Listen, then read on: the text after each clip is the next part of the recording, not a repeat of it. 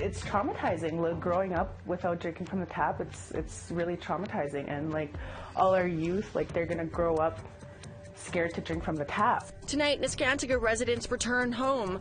Boil water advisory still in place. Indigenous people often take to the courts when they feel like the government is not negotiating with them in good faith. Breaking down how much Ottawa spends fighting First Nations, Metis and Inuit in court. As to what exactly caused his death, we do not know.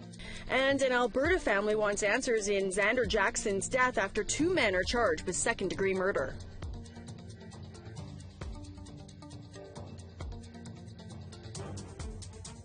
Good evening. Welcome to APTN National News. I'm Melissa Ridgen.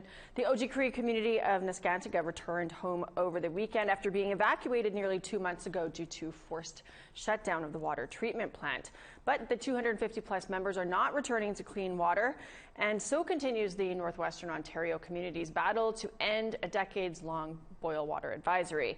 But as Brittany Hobson shows us, the latest evacuation has members cautiously optimistic that things are going to change for the better.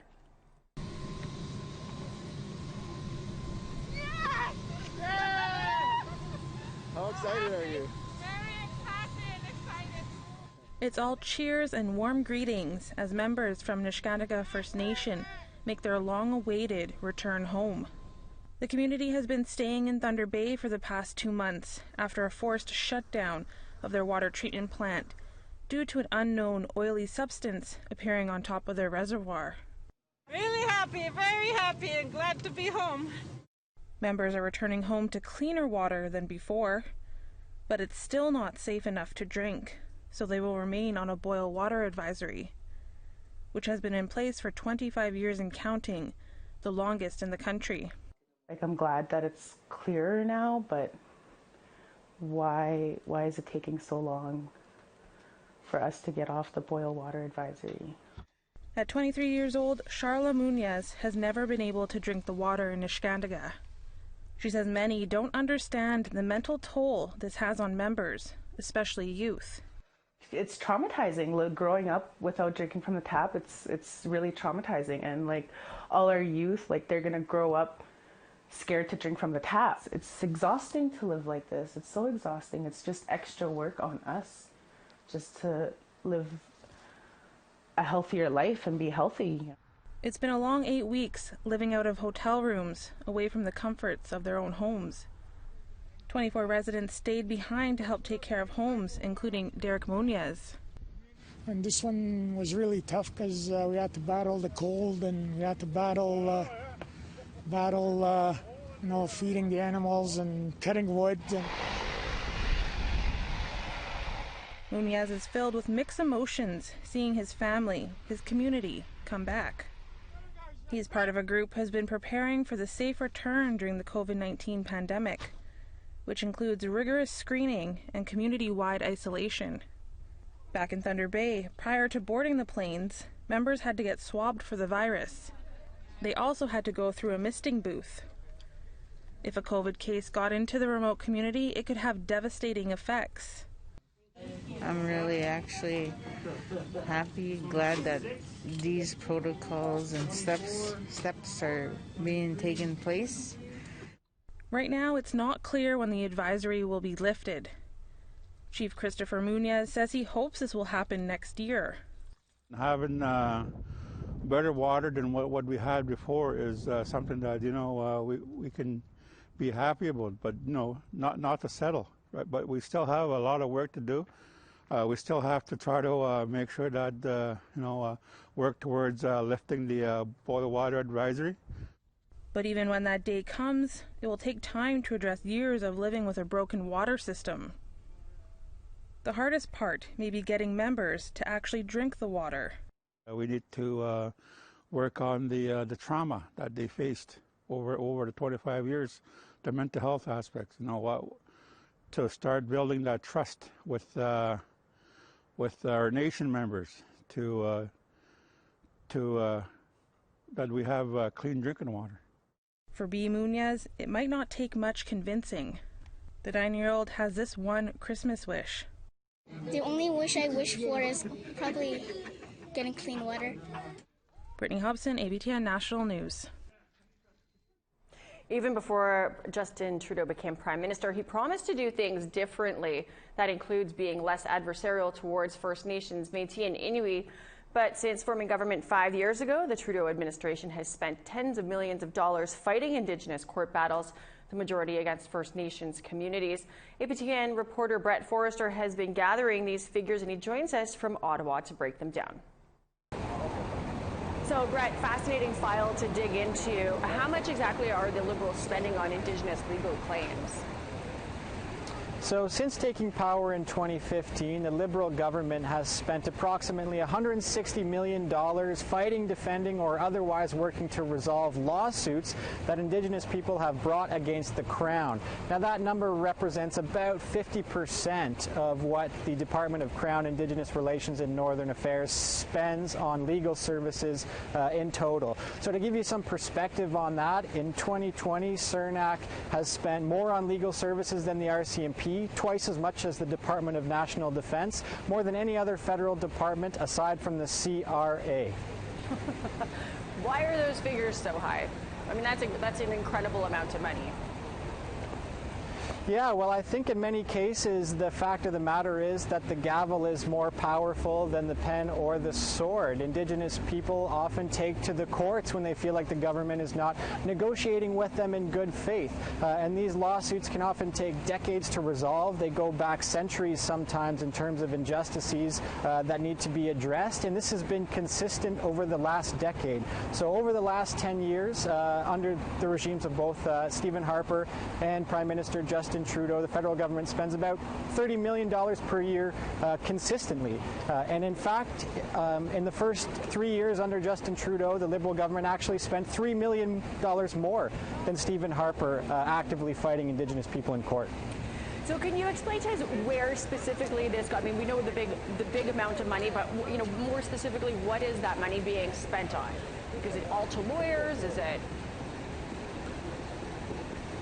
Yeah, so that money is primarily going to the Justice Department and the lawyers within the Justice Department. It's about 47% of that money gets spent on lawyers to actively litigate. The rest goes towards what they call advisory services. So there's a lot of complex things, negotiations, land claim settlements, self-government agreements that need to be lawyered before they can be resolved. So I've talked to some people who are engaged in some of these lawsuits, and they often, point to this as kind of the cost of colonialism. When negotiations don't move quickly or at all, lawsuits are going to be the result, and we're seeing that now. Well, I guess it's not really news, I suppose, that there's a lot of money for people to make off the backs of Indigenous people, known as the Indian industry. What does the Prime Minister have to say when you put this to him about, the priority to spend this amount of money fighting with Indigenous people in court? So I've reached out to the PMO for comment, and I've yet to receive a response today, but we're still pressing on that. Generally speaking, in communications, CERNAC insists that they prefer negotiation over litigation. However, the people I'm talking to on the ground indicate that that's not always the case, and it doesn't always play out that way. So with elections being called and possibly an election coming, we have a minority government, it's not always possible to secure a mandate.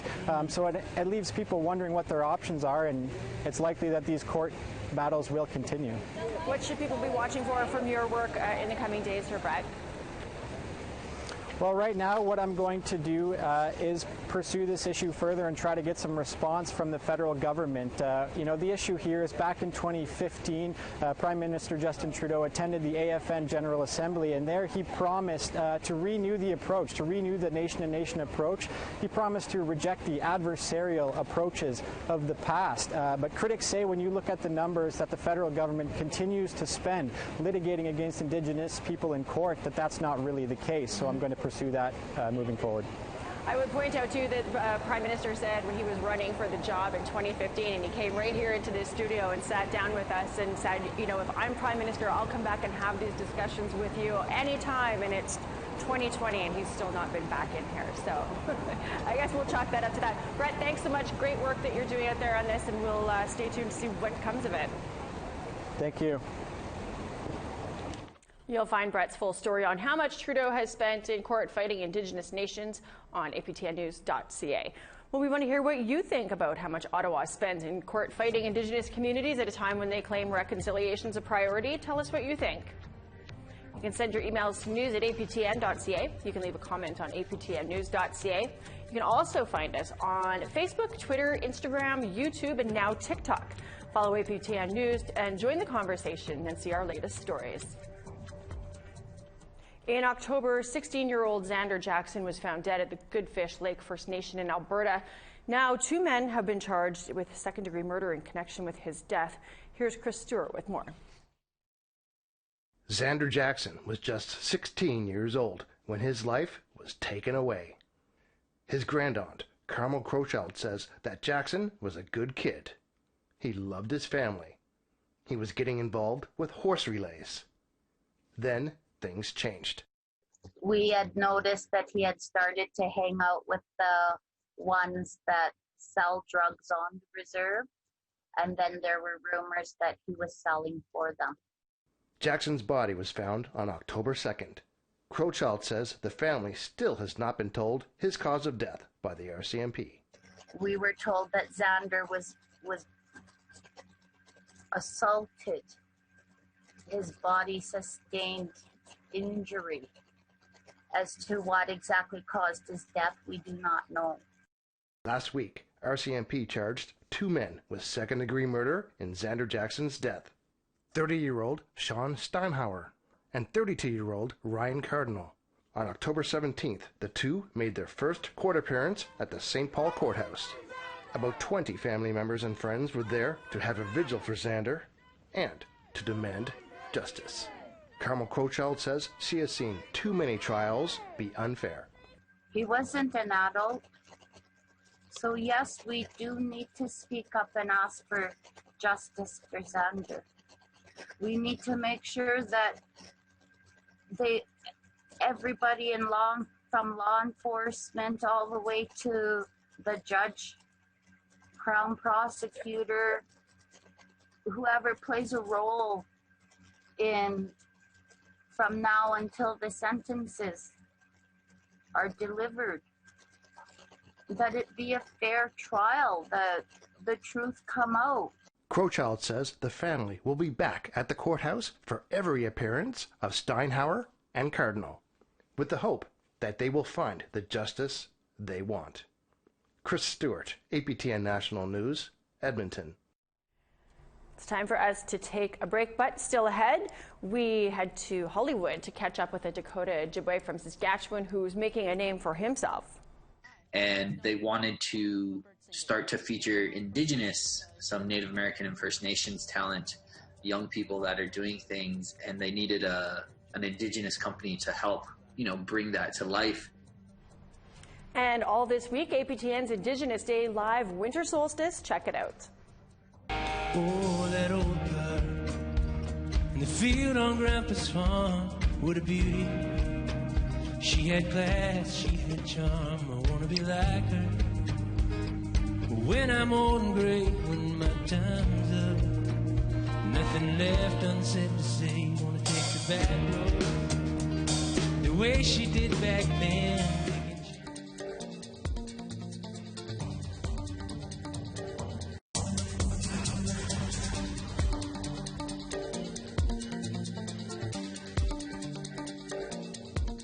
Welcome back. A Saskatchewan man who moved to Los Angeles to start a career in the entertainment industry is making his dreams a reality and changing the way Hollywood portrays Indigenous people. Priscilla Wolf has that story. Through our screen prints, we're able to send a message throughout our community. My name's Jacob Pratt. I'm Dakota Ojibwe from Cody First Nation. Grew up on Gordon's Reserve, born and raised for the most part in Saskatchewan. Jacob Pratt might have grown up in Saskatchewan, but he's now living in Los Angeles. He moved there in 2015. Pratt isn't just working in Hollywood, he can also be found on APTN. Currently have 3 shows on APTN, Wild Archaeology, Louis Says, and a self-produced show called Lands Wandered. Currently living in Los Angeles, I moved down here and started my master's degree at University of Southern California in Master's of Science in Social Entrepreneurship with a focus on the entertainment industry. Pratt is the CEO of Skoden Entertainment, a production company he launched in September. and he's already accomplished his goal to produce for a big network. We just recently started the company and landed our very first client, who was the Disney Channel, who hired us to come on board and start producing some content for them for a series called Use Your Voice. The Disney series will give Indigenous youth the chance to see themselves on the popular network. The Use Your Voice campaign is a series that runs on the Disney Channel and on all their social media, where they're featuring young people who are making a difference within their communities in some kind of way. And they wanted to start to feature Indigenous, some Native American and First Nations talent, young people that are doing things, and they needed an Indigenous company to help, bring that to life. Hollywood stereotypes need to be broken, and Pratt intends to do that. He practices his culture, and he thinks it's important that people like him teach Hollywood the proper way to portray First Nations people on screen. The stereotypes and, the pan-Indianism that has, plagued us for so many years, I understand all those because I'm very rooted in my culture. I'm a dancer, I'm a singer, I'm not a person who's, quote unquote an apple. I'm somebody who's grown up within my culture, and anybody who knows me would know that. And my goal is just to preserve and protect our culture, but also make sure that we're being represented without our cultures being bastardized or being misappropriated. Priscilla Wolf, APTN National News, Saskatoon. Winnipeg organization is promoting youth literacy thanks to a grant from Canada's largest book retailer. Crystal Hardy has this encore story. The Winnipeg Aboriginal Sport and Recreation Association, or WASAC, recently received a $25,000 grant from the Indigo Love of Reading Foundation. Indigo launched a community response fund after schools closed due to COVID-19. Executive Director Rose Lipton says the fund helps nonprofits buy books and promotes a love of reading. Help fill some of the really important gaps that exist for kids, because while every kid might have the access to education, they don't necessarily have the same resources at home or the same sort of supplementary support. WASAC is one of 2 local groups benefiting from the fund. The organization helps youth get the skills they need to succeed. WASAC co-founder Kevin Chief explains. We also put a lot of emphasis on leadership development, so we would be providing things throughout the school year to help young people get certifications. Could be first aid, CPR, helping them get a driver's license, open up bank accounts, and then giving them summer jobs. But the kinds of summer jobs where they get to work with children from their own communities. Chief believes young people have a natural ability to create and influence change. Young people themselves can always see something that they can do, and they can find ways to give back to their own communities. Caitlin Fosanov is a camp leader with the group.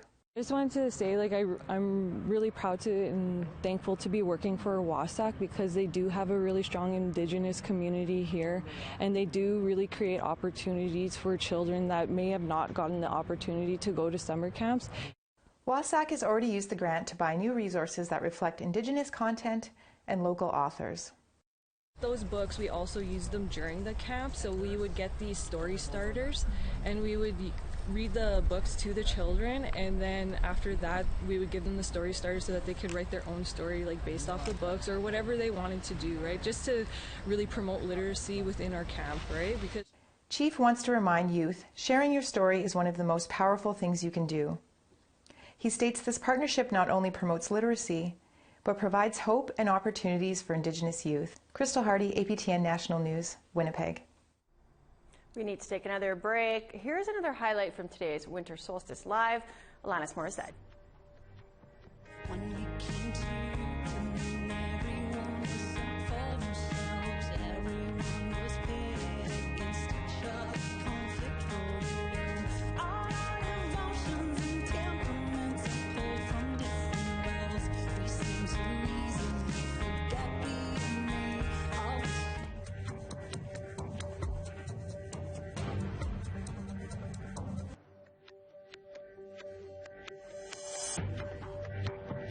Welcome back. It's time now for our photo of the day. This comes to us from Jonathan Frank of Little Pine, Saskatchewan. Mary the cat has caught the attention of Sassy, Blitz, Wonders, and Gabo during early morning chores. Winter Wonderlands, cute kids and critters, holiday decorations, we love it all. Send your shot to share at aptn.ca and we'll do our best to get it on the air. Now let's take a look at tomorrow's weather forecast. Off to the east coast, we've got 0 for Fredericton and some snow, 4 and snow for Halifax. La Grande River -2 and snow, Inukjuak -17 snow. Saguenay -2 and snow, sunshine -7 for Montreal. North Bay 0 and snow, same with Peterborough, 1 snow for Sault Ste. Marie. Snow for Thunder Bay -4 degrees, mix of sun and cloud -19 for Big Trout Lake. Puckatawagan, lots of sunshine, -29. Same with Churchill, -19 and snow for God's Lake. Winnipeg, snow and -4, mix of sun and cloud for Brandon, -5. 0 and snow for Regina and Estevan, -3 for Saskatoon and snow. -10 and snow for Buffalo Narrows. La Ronge, -10 as well, but with a mix of sun and cloud.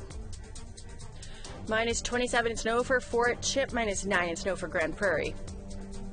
Snow and 5 degrees for Lethbridge, -5 for Red Deer and Edmonton, snow there too. Lots of sunshine in southern BC, -4 in Quesnel, +4 in Penticton.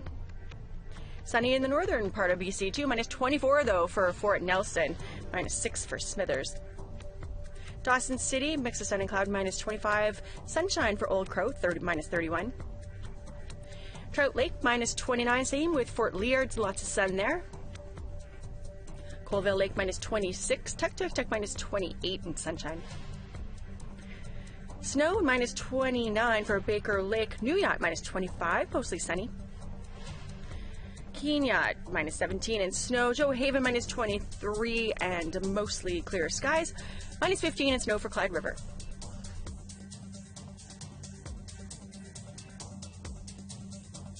Well, here's an activity you can do from home tonight. Just look up in the sky to see the Christmas star.